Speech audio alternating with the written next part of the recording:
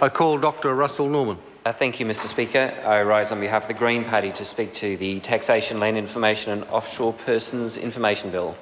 The Green Party will be supporting this bill, as weak as it is, because it is a very, very small step in the right direction. The problem which this bill and a number of other government policies are attempting to grapple is what's going on in the housing market, but in particular what's going on in the Auckland housing market. And so I think it's important to get a few facts on the table about what's happened in the housing market. In terms of median house prices in Auckland, in 1999, when the previous Labor government came to office, the median house price in Auckland was $230,000. When they left in 2007, 2008, basically it was about $450,000. So it's certainly true that there was a very significant increase in house prices during that period, about $220,000, or nearly a doubling. It was a very significant problem, and the Greens spoke out about it at the time and the key problems around it. However, what we've seen since then is that, while prices stayed flat for a little bit, they have since accelerated dramatically. And so from $450,000, the Auckland median house price when this government came into office, it's now at about $750,000, the median house price in Auckland. So what we saw under Labor was an increase in the median house price of about $220,000, and what we've seen under National is an increase in the Auckland median house price of about $300,000. It is a dramatic change in housing affordability in New Zealand because, of course, salaries have not increased by any stretch of the imagination to keep up with those kind of increases. But perhaps just as significantly, in the last year, we've seen a $125,000 increase in the median house price in Auckland. I mean, that is a dramatic change. A $125,000 increase in the median price for a house in Auckland in 1 year is an incredible change. It's about a 20% increase. This is a market, a housing market, that is completely out of control.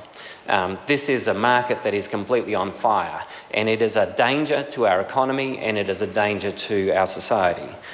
The reason why it's such a problem is that it is driving up the price of housing. Whether you're buying housing or whether you're renting, if you're not facing in the cost of your rentals, you're not facing the full increase yet, you will in time, or people will in time face the increase in their rentals. And rents are already going up, but they're going to go up further because of the big increase in prices. It also means that people are spending more money on housing, whether it's rents or whether it's mortgage. So they're having to spend more money on housing, and they have less money for all the other things which are expensive. It is driving financial instability. The Reserve Bank has identified it, as has the OECD and others, as one of the key reasons for concern in terms of financial instability in New Zealand at the moment, is what's going on in the completely insane Auckland housing market.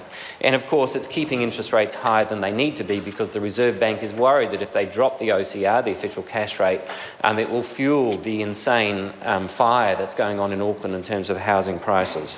And so this bill, in its own small way, is an attempt to deal with that. Now, we know that the drivers of what's going on in the Auckland housing market are pretty straightforward and have been well established for many years. They're similar to the drivers that happened during the last insane period, 2002 to 2007, and so they haven't really changed that much, though perhaps the different elements have changed. The first is that the tax-free gains. Basically, because we don't have a capital gains tax on investment properties, it means you can make tax-free gains. The government's introducing some measures to try to place some limits around that with this 2-year rule, and it will have some effect, but it's pretty marginal. So the tax-free gains on investment properties will remain in terms of pushing up demand. The other part of the demand side is coming from migration. There's a big surge of migration into New Zealand, a lot of which is actually not particularly within the ability of the government to control, because it's a lot of New Zealanders and Australians who have rights to move in and out. So there's not so much the government can do about that. And then in terms of the demand side, we have the offshore demand. Now, this has been a problem in the past, but it is now a really, really big problem. And this bill in its own way tries to deal with some of the offshore demand by requiring foreign buyers to actually give their identity essentially and have a New Zealand bank account and a New Zealand tax number. So there are certain measures within this bill to try to deal with this, but there is no way that this bill is dealing with the huge surge in demand coming out of mainland China. Now, the previous speaker said it was xenophobic to identify the big surge in demand coming out from mainland China. That is just ridiculous. It is just a straight analysis. I would quote, normally I wouldn't quote Fran O'Sullivan because she's, Fran, I think is a person of integrity, but I disagree with on many occasions.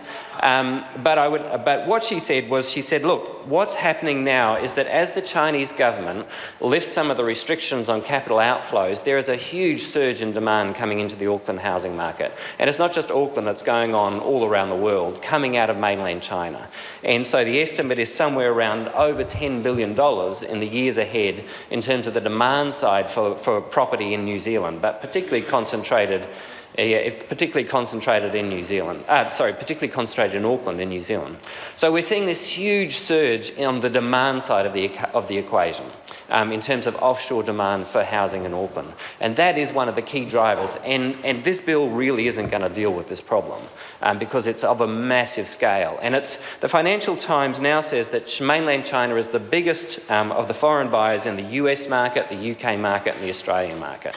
So the Financial Times isn't renowned for its xenophobia, quite the contrary. Fran O'Sullivan is not renowned for her xenophobia, quite the contrary, and neither are the Greens. We take a global perspective. And when you take a global perspective, you can see that there are very large capital flows going into housing markets in Australia, New Zealand, the United States, the United Kingdom, Canada, and it is a big part of it is coming out of mainland China. That's just the reality of it. That's why Hong Kong has introduced restraints on the capital inflow from mainland China into the housing market in Hong Kong. Singapore's done the same, Australia's done the same. All around the world, everyone's trying to grapple with this problem. And in its own small way, this bill does a tiny, tiny bit to try to address that as well, but there's so much more that needs to be done.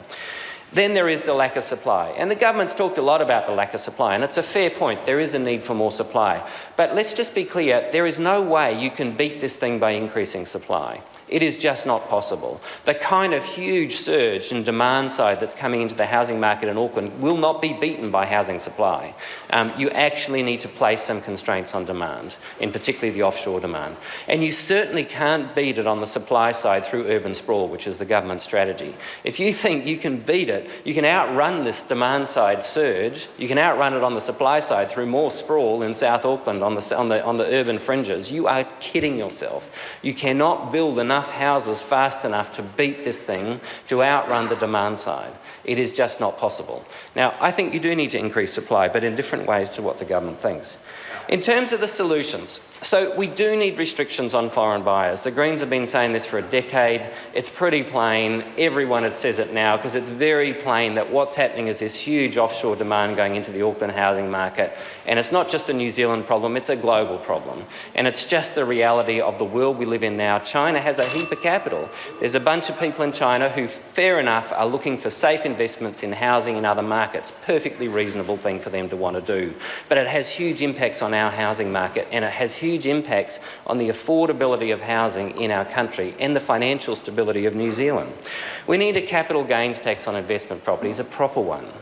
It's not very complicated. Every other OECD country has one.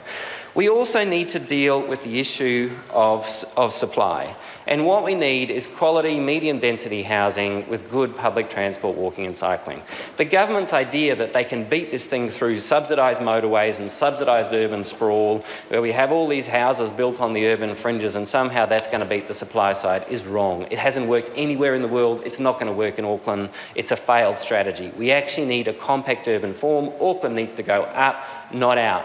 That's just the reality. And the sooner we admit that and face that, the better we'll be. And the government's attempt to sprawl Auckland and force it out into the sprawling won't solve the supply side. In terms, I think that the final thing I'd like to say is we need to ask ourselves, what is the purpose of housing?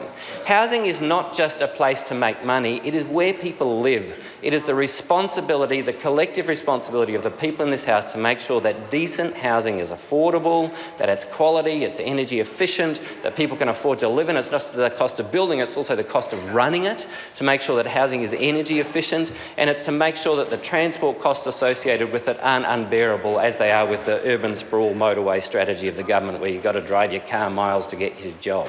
So it's about saying housing is a market, and we do need to consider it as a market, but it has these other social purposes as well, and government policy needs to reflect that. This bill is a tiny step in the right direction, but the issue around housing and housing affordability, and particularly housing quality and compact urban form, the government really has completely failed to get its head around. I call Dennis O'Rourke. Thank you, Mr. Speaker. As we